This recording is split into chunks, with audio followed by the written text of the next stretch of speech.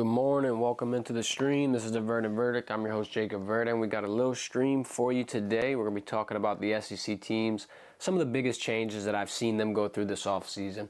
If those changes are going to be enough to push them over the edge, get them into the top, premier SEC tier, if you will. Then, College Football 25. We've been talking about it a lot. The game's coming out soon. There's a lot of hype, but there hasn't been a day like today. Sure, you got to see gameplay. Sure, you got to see the cover athletes, and you've had some big moments, but no moment bigger than finding out the ratings. Who's the top players, top quarterbacks, who's LSU's top-rated players as well. We got all that for you at the end of the stream. Also, plus, we have a big announcement for Friday's stream, but I'm going to keep you guys on the hook. I'm going to make you wait until the end to be able to hear that update. But thank you for joining. I appreciate everybody hopping in. Like we said, Monday, Wednesday, Friday streams at 11 a.m. We're going to keep this thing going. But without further ado, let's jump right into our SEC evaluation, if you will. We talked about the top teams. We talked about the teams on Monday who we think are going to be able to stay in that double-digit area, who are also, potentially going to be able to make some moves, make some shakes. We're going to kind of evaluate that one in more depth today. We're going to explain the changes, explain why we think some teams are better than others. In this instance, let's start off with the cream of the crop, the top, the undisputed, if you will, champion of the SEC, Georgia. The biggest move that Georgia has had all offseason, of course, is Trevor Etienne transferring in. He's coming in from Florida. He's a big power running back. And I mean, look, you lose Brock Bowers, you lose Ladd McConkey, but you get a big enough weapon where I think you're not necessarily going to mitigate that loss. However, you're going to have some yardage on the ground to make up for it. I always use this analogy, whether it be in professional sports, when you're trading for players, or, just when you're replacing people in general.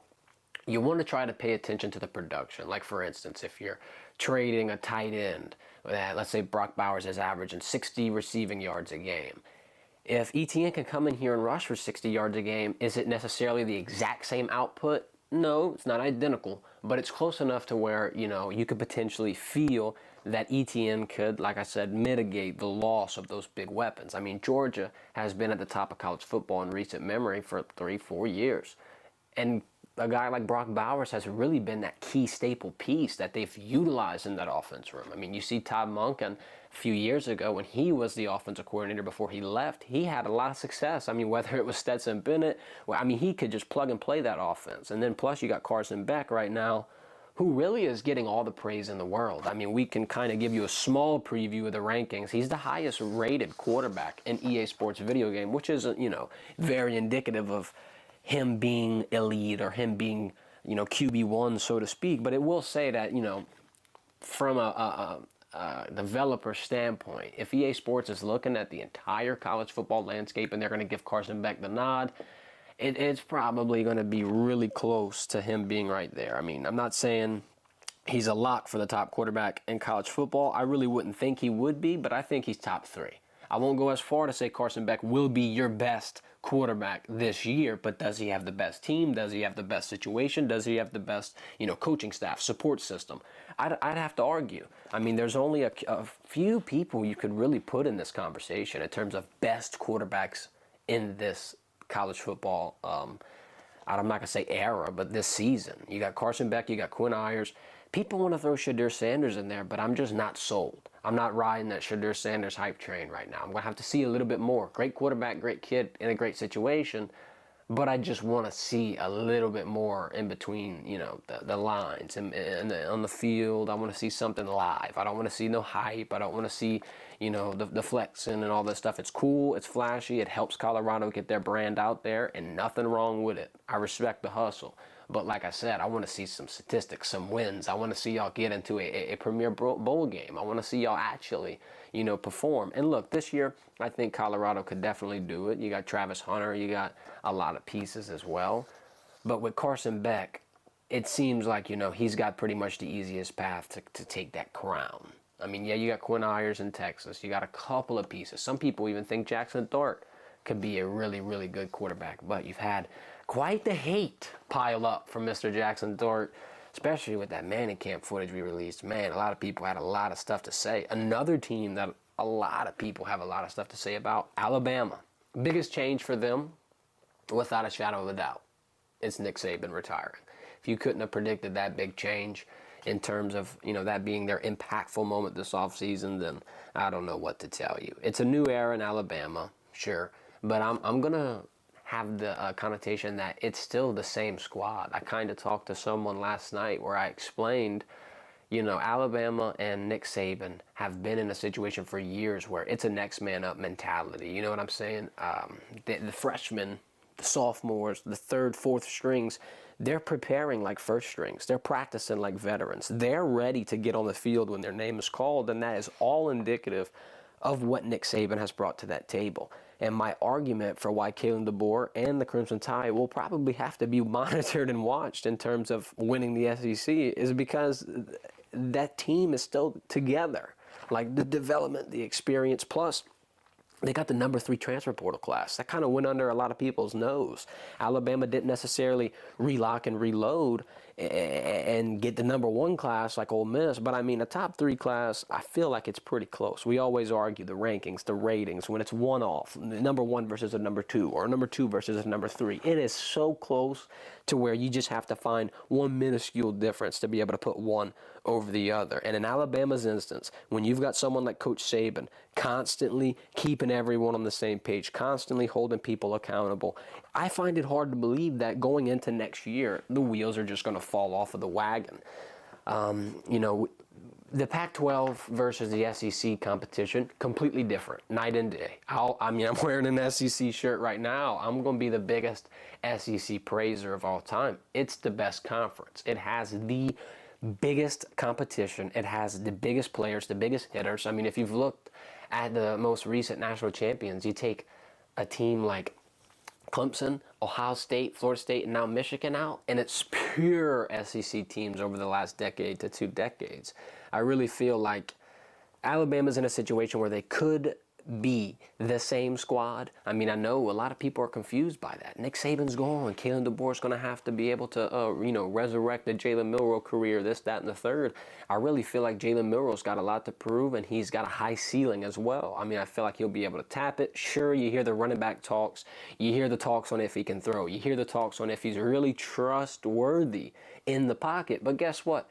I heard those talks about somebody that we've had in Baton Rouge over the last 2 years in Jaden Daniels. We heard those talks in the beginning. It's always kind of not necessarily pessimistic, but like in Alabama, they're so used to winning national championships. They're so used to having perennial top quarterbacks like a Tua or a Jalen Hurts, or I mean, even for a little bit, Mac Jones. Like those guys all went on to have decent NFL careers where they're starting. I mean, they're making noise. I feel like now you're in a situation where they're kind of waiting for Jalen to prove himself, and he had a little bit of a rough beginning to last season, but toward the end, I thought that he was going to be able to just keep hitting that next octave. He's going to keep just improving, keep up in the ante, really, and I think with someone like Kalen DeBoer, it's going to be really, really interesting to watch how he utilizes that talent. He utilized Michael Penix really, really well, and this is another situation where he can prove himself. It's like, look, you're a younger coach, but you have the best moment. I mean, I could not pick a better moment for a college football coach than to walk into Nick Saban's team and just take the torch from him. Nick Saban is going to be your mentor. He's in that building. He'll help you out. If you have a question, you can lean on him. He still wants to be a part of this program. I mean, Kalen DeBoer's got to have the best spot in college football, if you ask me. We got our guy Blanche in the chat. I'm going to read a couple of his comments. He's saying that he thinks Quinn Ewers is a pretender, all right? And then he's got a little bit comment about Kalen DeBoer saying it's going to help him read defenses and get rid of the ball faster. They give him a pass because he's such a good runner. Then he's talking about Mizzou QB, Brady Cook, being the best potentially this year. And, I'm going to agree with that because there's an underlying factor with Brady Cook at Mizzou that not a lot of people are remembering, and we will ramble at the end of this stream about it. Luther Verdin III. I mean, I'm going to have to really ring the cowbell on Luther all season long, just like I will on a Caleb Jackson, or quite frankly, just like I will with Jalen Milroe. I really see these 3 players all having a breakout season. And by breakout, I don't mean like we didn't expect this to happen or they weren't, capable of it. I just think they're going to kind of change their roles almost overnight, if you will. They're going to have a big game. They're going to have a big moment. Those are going to be the talk of the college football world. So I agree, Blanche. Brady Cook's had a lot of time to be able to get comfortable in that role, a lot of time to be able to build chemistry, a lot of time to be able to just really get on the same page with everybody. And that is so beneficial because in a world where you've seen the last couple of Heisman quarterbacks all have an extreme amount of experience. I mean, almost every quarterback now is in their 5th year. They're all acting, like they're going to take every single opportunity available to be able to grow, develop, and return and improve on what happened the year prior. And I think, in the situation that Brady Cook is in, he fits that bill to a T. And I'd expect a big year from him as well. I'll agree with you on that one. Let's move into some LSU Tiger talk, all right? We got a big change for LSU. Of course, everyone knows defensive overhaul. There isn't a defensive coach besides maybe one or two that are still at LSU right now. And look, that necessarily isn't a bad thing. Will it be a lot of changes? Yeah, you lost both coordinators. You lost the offensive side and the defensive side. You promoted from within with the offense, so you can kind of expect to keep that consistency. But on the defensive side of things, my thought process is it can only improve. You can't get worse than what you had last year. I mean, everybody knows that it was a rough situation. Everybody knows that you can't give up that many points, especially in SEC ball, and be able to have a chance to win. I mean, you've got the best offense in college football who could go out there and score 40 points on any given night. Their quarterback is throwing 500 yards or just whatever. Jaden Daniels was an insane stat stuffer last year, and it still wasn't enough. So going forward this year, I really do think that the defense, like I said, can only improve. And then, of course, the other big change is going to be you lose the man we just talked about. You lose Jaden Daniels. You lose that big game X factor. But with Garrett Nussmeier, he really hasn't had that moment to just show what he's capable of, to just show what he's been working on, to show exactly everything that he's got in his bag, if you will. And I think that change, it could be a blessing in disguise. Will it be different? Of course, you won't see. Even heard Nussmeier say it himself. You won't see him run for 80 yards and just break off like a Jaden Daniels will. But what will you see him do? Stand in the pocket and let that thing eat. He will let the ball rip all over the field. He's going to have that vertical style offense. They're going to incorporate a lot of tight ends into this. And then, we've been talking. We just talked to Kamorian Pimpton last week. This is the best tight end room you've seen at LSU in a long time. You've got Kamorian Pimpton, of course. You've got Mason Taylor. You can't forget him. He's going to be a first-round draft pick if you ask me. You add Trudez Green to the mix, and then you got a guy like Mac Markaway. Good Lord, you haven't had a situation in Baton Rouge where you've got these big guys able to get in and out, to get off the line, to help in the pass block, to help in the run schemes. Then go catch a few balls while you're at it as well. I think LSU's biggest change, like we said, just want to repeat it one more time, defensive overhaul. Kind of got a new look on offense. I think the offense shouldn't worry you as much. It's still going to be able to be produced. You saw the bowl game. You saw how everything went. I think Joe Sloan's a great play caller. It'd be different if he wasn't the coordinator. If we went hire a completely different O coordinator, completely different D coordinator, then you might worry. This one's kind of got me a little confident, if you will.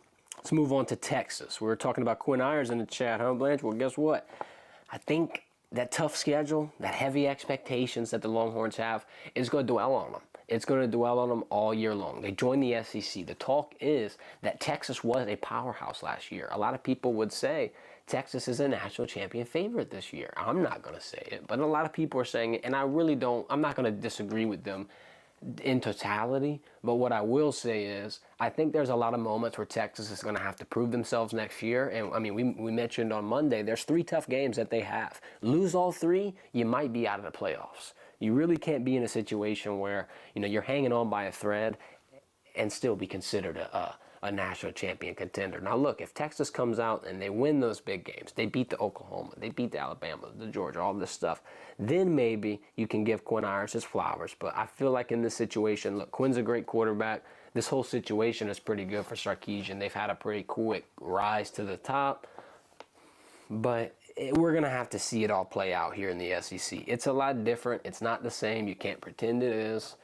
And hopefully it works out for them. But what I've seen in the offseason with them, yeah, they had the number 6 portal class. Yeah, they've been doing all right in recruiting. But for the most part, your guys are your guys are your guys. The Texas squad that we saw last year will more than likely play a little bit similar to the squad that we'll see this year, except you just add in tougher competition. And in year 1, I don't see them being ready. Not a knock on the Longhorns, but it'll take some time. We always talk about the championship rep. You don't see fighters get into the ring often and win that championship fight their first time. You also kind of see these guys inch their way up in terms of competition. Like, I'm going to start fighting some mid-level guys, some high-level guys, then we're going to go get that title fight. It's kind of a similar thing here in college football. They're going to run into a situation, or that Michigan game potentially in week 3 with Texas, they can run into a spot where they get punched in the mouth early, and you've got to make something happen. You got to make something shake. Moving on to Ole Miss. This is another program that's kind of, overhyped, that's kind of talked about a lot. They have the #1 portal class, and in this situation, that's another thing where you're going to have to just buy in on. You haven't seen any of this translate into any success. You haven't seen them on the field together. You haven't seen them play together. Last year and the years prior, you see teams like Texas A&M, all these #1 classes, get overhyped, and then they come in and the chemistry's not there. I'm going to be a big harper on, you can't buy a championship team. You have to have them train together, gel together, build together. They all have to be on the same page. In Ole Miss's situation, too, they lost Quinshon Judkins. I don't know if you think that that's a big blow or not, but in my opinion, when you've got a running back who's almost a guaranteed century mark crosser, he's going to run 100 yards a game. You can give him 20 attempts. That's a big loss. Yeah, your quarterback's mobile, and Jackson Dart is going to be really, really elusive. He's a tough guy to get down. I've seen it multiple times. But you really needed that reliability in the running back spot. And I'm not saying that they don't have a next man up. I mean, they've got a talented room. You've got the #1 transfer portal class, so it could work. But I'm always skeptical on that. I don't know why. I'm not a big believer in the transfer portal instantly, just because I find it hard to just like create that big old melting pot instantly and have all those schemes, all those, game plans that they were once focused on at a different team, and then you bring them to the same team and expect them to flip in 1 year. I mean, let's take LSU's DBs, for example. The last few years, most of the DB depth has been constructed off of the transfer portal. And last season was probably the roughest go at it yet. In your first year with Brian Kelly, you saw a lot of them leave. And that's fine, because they were in a very, very good situation. I mean, whether it be a Jay Ward, whether it be a Mekhi Garner, those guys were reliable. Joe Fuchsia as well. Reliable guys. It was a great year, great scheme. That defense was very, very on point. You move into the next year, you get guys like Deuce Chestnut, you get guys like J.K. Johnson, you get guys like Denver Harris, and it doesn't pan out. And now that's fine. It happens. That's the gamble. That's what happens with the transfer portal. It's not always guaranteed. You can see a guy's film. You can meet a guy. You can bring him down to the campus, and he can show you everything you want to see. But when it comes time to the game, when it comes time to the lights being bright, when it comes time to making a game-saving moment, now you really get to see what you're getting. And then that's kind of the caveat of why I feel so good about an Alabama. I feel like Alabama has been in a spot where all these guys have played together, have understood the Nick Saban way, have been on the same page for years. You're not really in a situation where most of your starters are new guys. Most of your starters are having to learn in year 1. And I feel like that, while you could have lightning strike, it'll take a lot of luck. Let's end off this SEC section with Mizzou. We talked with our guy Blanche about Brady Cook, and I do want to mention one more time, they've got the best wide receiver in the SEC. No disrespect to anybody else. I promise you, Luther Burden III, when it's all said and done, will be wide receiver 1. He's one of the biggest dogs I've seen really in recent memory. Plus, just to harp on the Brady Cook section one more time, pair a guy like that with a Luther Burden, and you're going to get a guaranteed 300 yards a game. That's a passing offense where you're actually going to have to worry about it. You're actually going to have to scheme for it. They're going to drag you down all game long. Mizzou's a sleeper as well. You got a lot of teams that'll walk in to a game with them and kind of sleep. Last year you saw LSU not necessarily do that, but they almost lost. I mean, you had to see some heroics, late game heroics from Jaden Daniels to be able to keep us in there. Plus, Mizzou does lose Blake Baker, so I will say that is a change that you do have to pay attention to if you're the Mizzou Tigers. But with what you got in Brady Cook and Luther Burden, I really think you got the best duo in the SEC. I really think. And I mean, you're going to have to, once again, see this all come out on the field. But my way too early prediction will be we'll be seeing a lot of Brady Cook and Luther Burden all season long. So let's recap real quick this last section. Georgia, you get a nice running back. You do lose some offensive production, but Carson Beck is getting the best praise he's ever gotten in his career. They're thinking that offense is on fire. I think Georgia's going to probably stay competitive with the SEC dogs, if you will. Alabama lost Nick Saban, of course. New era in Alabama. Talent is still there. It's hard for me to think that Kalen DeBoer inherited a horrible situation. He inherited the best situation he could have. LSU, new quarterback, new offensive weapons. I trust them. They've been there. They're tried and true. But the defensive overhaul, it'll be scary. I think it can only improve. Texas, they're joining the SEC. The target on their back is growing by the minute. The Longhorns fans are not making it any easier. That tough schedule, that tough expectations, it might wear down on them all season long. Ole Miss, #1 portal class. You overreact? Is it overhyped? Who knows? Last but not least, Mizzou, top wide receiver in the SEC, best duo. You heard it here first. Real quick before we switch into our last segment, Happy Dad's now available in Louisiana. Wanted to take the time to let you know you can get it at Rouse's, you can get it at Walmart, you can get it at Albertsons. Happy Dad's the best tasting hard seltzer and tea, low in sugar, gluten-free, no artificial flavors. 21 plus though, guys. 21 plus. We can't have no youngins murking on that Happy Dad. I appreciate them joining the team. Let's get right back to the stream. No, college football 25 rankings. I mean, I don't know how many times I got to let y'all know how hyped I am for this video game. Get ready, because I'm going to make a whole new channel. I'm not going to flood y'all on the Verdin Verdict YouTube, the main channel. I'm not going to flood y'all with all the gaming content. I know some people don't like the game, this, that, and the third. But guess what? We'll make a different channel. We'll still promote it. I'll still let y'all know how to find it. We'll still do our interviews with LSU players on it. But we're going to scheme something up. College football released the rankings, and guess what, guys? Will Campbell, #2 player in the game. Will Campbell is the second best player in the entire college football game. They released 100 ratings, and my guy Will Campbell, #7, is #2. So shout out Big Campbell. And also, LSU's got 4 top 100 players, so I just wanted to put that out there as well. If you want to guess in the chat who they are before I release it, be my guest. I don't know if y'all have seen it yet, but I do have a little curveball that I want to address. I will say the top 2 wide receivers make sense. The top 2 wide receivers they have are Travis Hunter and Luther Burden III. I think Travis Hunter's a very good guy.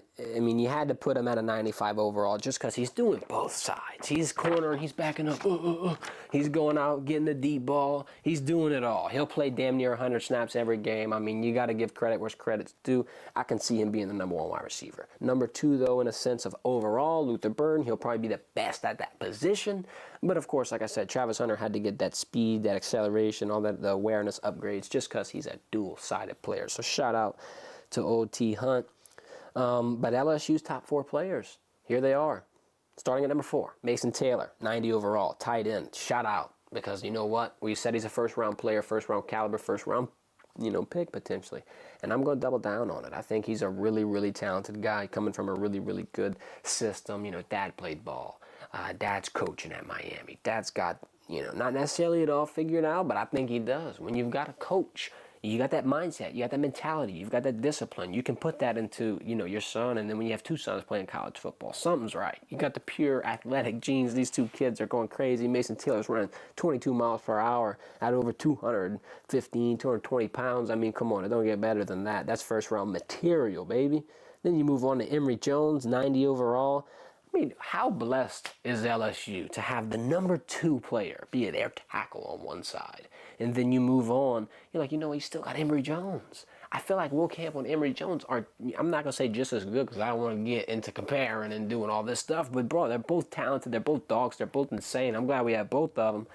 And then you got Harold Perkins Jr. getting added to the mix. I mean, Perkio, I feel like he is such a unique talent. You can compare him to a Tyrann Mathieu. I know last season he had a little bit of a different situation than his freshman year, but that freshman year, he was all over the field. You couldn't get number 40 off of you. You couldn't get him out of the scheme. You couldn't get him out of the game. You couldn't get him out of the pocket, the backfield, around the quarterback. He was just wreaking havoc. And I can't wait to see it this year, too. I'm telling you, Harold Perkins Jr. will surprise a lot of people. I know everyone's worried. Well, he's not doing this. He should be playing this. He should be playing in this scheme. Guess what? Everybody's got opinions. That's the beautiful thing about analyzing sports or just analyzing things in general. Everybody has their right to have their own opinion. My opinion is this coaching staff is getting paid top dollar to figure out these problems. Let's trust them. I think that Harold Perkins is in a really good situation, and he himself will tell you the same thing. Excited to see Perk go through. I really think the top 4 LSU players that they released in terms of overall, Mason, Emory, Harold, and Will, they're all going first round. I know I might sound crazy saying it. Replay this tape in January or, toward that NFL draft time. I think it's April. I'm way too early. But let's talk about one last thing with this college football ratings. The quarterbacks. Man, oh man, I had to save this one for last. They released the top 8 quarterbacks. Well, really, the way they did it is they released 100 players, and then I went through and I filtered by position. I saw the top quarterbacks. I saw the top wide receivers, running backs, this, that, the third. This jumped out at me, the quarterback rankings. Let me read them to you. Let me read you all 8. The top 8, Carson Beck, Shadur Sanders, Dylan Gabriel, Quinn Ewers, Jalen Milroe, Jalon Daniels, Jackson Dart, Caden Salter. Caden Salter is a 90 overall, by the way. I'm wondering, where is Mr. Garrett Nussmeier? He was not in the top 100. I looked high, I looked low, I looked everywhere, and he wasn't there. And we made a joke with him. We interviewed him recently. In post, I'll put the link right here, but y'all can find it on the channel. We talked to Nussmeier. We talked to him about what he thought about the tough environments of college football 25, this, that, and the third. He made a joke. He was like, I gotta watch. I can't criticize too much. I don't want EA Sports to mess up my rating. Oh my God, EA Sports must have been listening. No, I'm playing. But they definitely, in my opinion, I wouldn't put Caden Salter, Jalon Daniels, I wouldn't put Jackson Dart or Jalen Milroe over Nussmeier. Maybe Jalen Milroe just because I feel like he's going to have a breakout season and that Alabama team is really going to be talked about toward the end of the year, toward that December mark. I wouldn't be surprised to see Jalen Milroe enter New York City as a Heisman finalist. But guess what? I wouldn't be surprised to see Garrett Nussmeier enter as a Heisman finalist either. The top-rated quarterback in the game, though, you guessed it, Carson Beck, 93 overall. He's got a 96 awareness as well. Shout out. The hype for Carson Beck is growing by the minute. Then you got Shadur Sanders as the number 2 quarterback, also a 93 overall. Dylan Gabriel at Oregon, 92 overall. Quinn Ewers, 92 overall. And then Jalen, Jalon, Jackson, and Caden are all 90s. I like the bottom 4 in terms of them being 90s. I really just think you throw Nussmeier in at a 92. I don't know exactly what his rating is yet. I guess 88, 89. We'll keep you updated. We'll keep looking. But, if you would have had to make me guess, make me look at this list, I would have never thought that Nussmeier would be left off. But guess what? Hey, I will say this. There's always a positive. I think that we could have a focused Nussmeier. A Nussmeier who's like, you know what? You're going to say I'm not a top 8 quarterback? Guess what? You're going to have to say that I'm a top 8 quarterback when this season's over with. Let's put the damn chip on the shoulder. I know it's a video game. I know it's a rating. But guess what? These people care about it. These players care about it. And I'm going to take any bit of ammunition, any bit of bulletin board material that I can get. But we got an announcement for Friday's stream. Now this one, we got it planned. I'm excited to see it happen. But we're going to have a new, I'm not going to say the name. I'm going to make y'all wait for the name on Thursday. I'm going to release it Thursday night. I'll put the stream out. Y'all can go like it, set notifications for it and stuff. Normally, I schedule the stream like an hour before I go live. So for the hour leading up to it, everyone can come in, like it, stuff like that. I'll do it on Thursday night. I'll do it tomorrow, so be on the lookout. But we will have a new LSU baseball player join the Friday live stream. They're going to call in. They're going to talk a little bit of a transfer portal decision with us. They're going to talk about their career. They're going to talk about what made them choose LSU. And boy, am I excited. Not going to tell you exactly who it is yet, but big LSU baseball introduction interview coming Friday. Plus, we are working behind the scenes. We got a lot of things cooking. We got SEC Media Days coming up. We got Emory Jones Jr. Camp coming up. We got a lot of things that we're going to be bringing to you. So stay tuned, because through this next week, through these next 7 days, you're going to see an Emory Jones interview, a big LSU baseball interview coming up. Plus, we'll be in Dallas interviewing Coach Kelly, Coach Sarkisian, Coach DeBoer. We're going to be all over the place covering all this content for you. You know where to find us. Hit the subscribe button. Follow us on social media. We're live Monday, Wednesday, Friday at 11 a.m. Please hit the thumbs up button before you hop out. Thank you, everybody, for tuning into the stream. I really appreciate it. Y'all have a great day. Go Tigers.